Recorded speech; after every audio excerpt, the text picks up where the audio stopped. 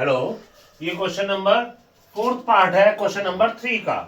इसके अंदर बोल रहे हैं a taxi charge in a city consist of fixed charge together with a charge for the distance covered. मतलब टैक्सी का एक फिक्स चार्ज है और दूसरा जो चार्ज है टोटल फेयर के लिए वो पर किलोमीटर चार्ज है। तो हमने क्या किया, लेट फिक्स चार्ज जो है एक्स कंसीडर कर दिया और पर किलोमीटर चार्ज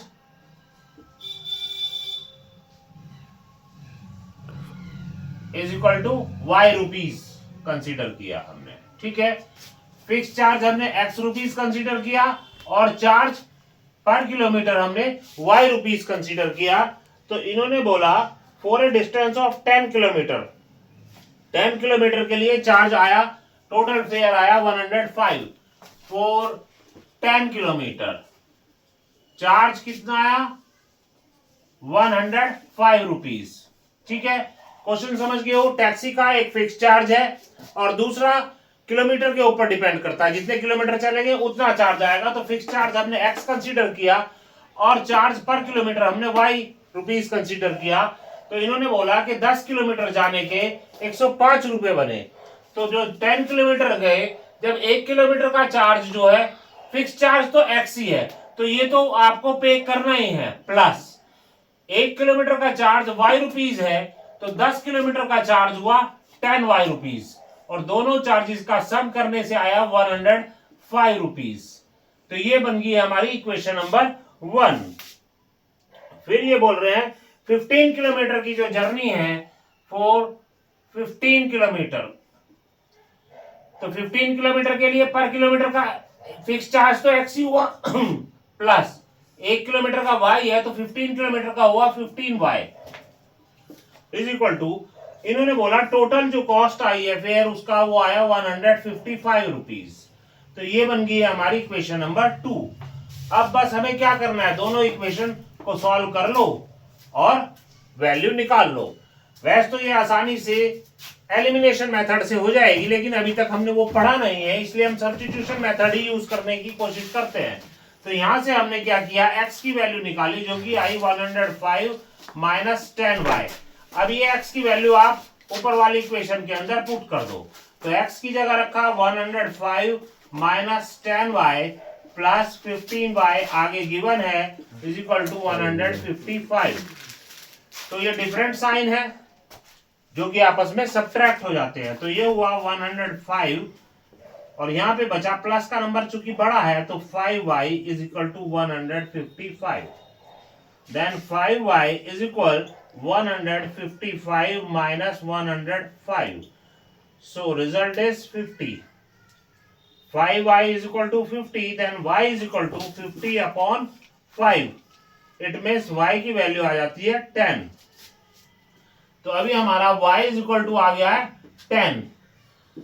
अभी हमारे पास अगर हम y की ये वैल्यू यहां पुट कर दे, पुट इन इक्वेशन 1, तो x प्लस 10 y की जगह रखा हमने 10 इज इक्वल टू 105।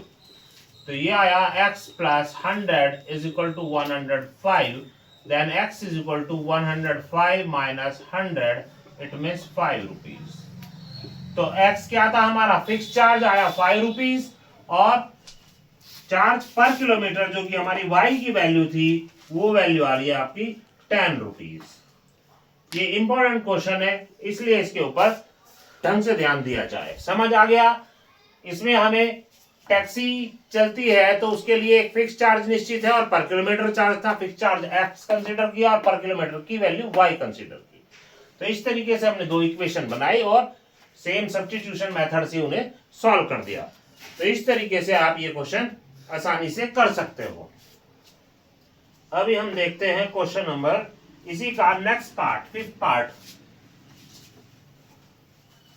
ये फ्रैक्शन वाला क्वेश्चन है। अभी फ्रैक्शन में एक होता है न्यूमरेटर और एक होता है डिनोमिनेटर। तो ये बातें तो सबको बेसिक कॉन्सेप्ट के हिसाब से ही पता होनी चाहिए, तभी आप ढंग से चीजों को समझ पाओगे। तो इन्होंने बोला a fraction become 9 upon 11 if 2 is added to both numerator and the denominator। हमने क्या किया, लेट फ्रैक्शन जो है x अपॉन y कंसीडर किया, ये न्यूमरेटर है ना, and this one is denominator. तो इन्होंने बोला फ्रैक्शन 9 अपॉन 11 हो जाएगा, 2 एडेड बोथ, अगर हमने दोनों के अंदर 2 प्लस कर दिया, तो x में 2 प्लस किया और y में 2 प्लस किया, तो ये क्या बन गया 9 अपॉन 11। ठीक है, देन हमने क्या किया, क्रॉस मल्टीप्लाई, इसमें क्या होगा, इधर की मल्टीप्लाई इसमें, इधर की इसमें, तो ये आया 11x plus 2 is equal 9y plus 2। ये हुआ 11x प्लस 22, 9y प्लस 18। अभी हमने एक्स वाई एक तरफ किए, 11x minus 9y is equal to 18 minus 22 minus 4 बचाए, 11x माइनस 9y। तो इस तरीके से हमने क्या किया, एक इक्वेशन फॉर्म कर ली। फिर ये बोलते हैं if 3 added to both numerator and denominator it become 5 upon 6। अब के 3 ऐड करने को बोल रहे हैं, तो हमने क्या किया, x में भी 3 ऐड किया और y के अंदर भी 3 ऐड किया, दोनों में 3 ऐड किया, तो इन्होंने बोला कि ये बन जाएगा 5 अपॉन 6, तो it is equal to 5 upon 6। पहले की तरह से दोबारा क्रॉस मल्टीप्लाई किया, तो ये बना 6x plus 3 is equal to 5y plus 3। ठीक है, ब्रैकेट ओपन, ऐसे ही होते हैं हर बार। तो ये हुआ 6x plus 6 3 18 is equal to 5y plus 15। पहले की तरह ही y को एक तरफ लेंगे और नंबर एक तरफ, तो ये हुआ 6x minus 5y is equal to 15 minus 18।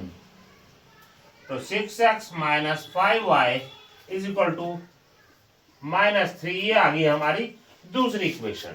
तो अब इक्वेशन तो आप लोग सॉल्व करना समझ ही गए हो। तो इस तरीके से दोनों इक्वेशन को सॉल्व करोगे तो x और y की वैल्यू आपको मिल जाएगी। उन्हें ऊपर नीचे रखेंगे तो हमारा फ्रैक्शन हमें पता चल जाएगा। इन्होंने फ्रैक्शन के लिए ही बोला होगा, फाइंड द फ्रैक्शन।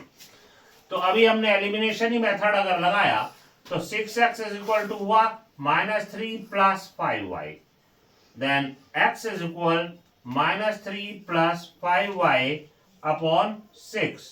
ये x की वैल्यू आप उठा के इस इक्वेशन के अंदर रख दो। तो 11x की जगह रखा हमने minus 3 plus 5y upon 6 minus 9y is equal minus 4। तो इक्वेशन का सॉल्यूशन सभी बच्चों को बिल्कुल क्लियर ढंग से पता होना चाहिए, वरना परेशानी रहेगी करने में। तो ये ब्रैकेट ओपन किया, 11 3 जा 33 plus 55y upon 6 minus 9y is equal minus 4। अभी हमने अगर 6 एलसीएम लिया तो ये तो सेम ही रहा, minus 33 plus 55y minus 54y is equal to minus 4। तो प्लस के 55 है और माइनस के 54 है, तो प्लस का एक y बचा और यहाँ पे है माइनस 33 इज इक्वल, ये 6 क्रॉस मल्टीप्लाई में इधर गया, ये हुआ minus 24। Then y is equal 33 इधर गया तो साइन चेंज होके प्लस का बन गया 33 माइनस 24, तो ये बचा 9। तो आपकी y की वैल्यू आ गई है 9। अब अगर आप ये वैल्यू किसी दूसरी इक्वेशन में पुट कर दो तो x पता चल जाएगा। हमने y की वैल्यू यहां रख दी, तो ये हुआ x is equal minus 3 plus 5, y की जगह रखा 9 अपॉन 6, ये क्रॉस मल्टीप्लाई में इधर गया तो 6x is equal to minus 3 plus 45। ठीक है, ये बचा 42। तो 6x is equal 42, therefore x is equal to 42 upon 6, 7। x की वैल्यू आ गई हमारी 7। तो फ्रैक्शन क्या था हमारा, x अपॉन y। तो x अपॉन y की वैल्यू आ गई, x में 7 अपॉन y में 9। तो it will be your answer. ठीक है, तो अगर आप लोगों को इक्वेशन प्रॉपर सॉल्व करना आ रहा है तो इस तरीके के क्वेश्चन में कोई दिक्कत नहीं पड़ेगी और ये सारे के सारे आसानी से हो जाएंगे। समझ गए हो? अभी एक पार्ट और बचा है क्वेश्चन का इसी एक्सरसाइज के अंदर, वो एज से रिलेटेड क्वेश्चन है, तो आपको एज के क्वेश्चन की प्रैक्टिस करनी चाहिए। अगर क्वेश्चन की लैंग्वेज प्रॉपर समझ जाओगे तो कोई दिक्कत नहीं पड़ेगी। ये बोलते हैं 5 year hence, मतलब 5 साल पहले, age of Jacob will be 3 times that of his son 5 year ago, Jacob 7 times, what are their percentage. अब इन्होंने जैकब है एक और उसके फादर है, फादर और जैकब,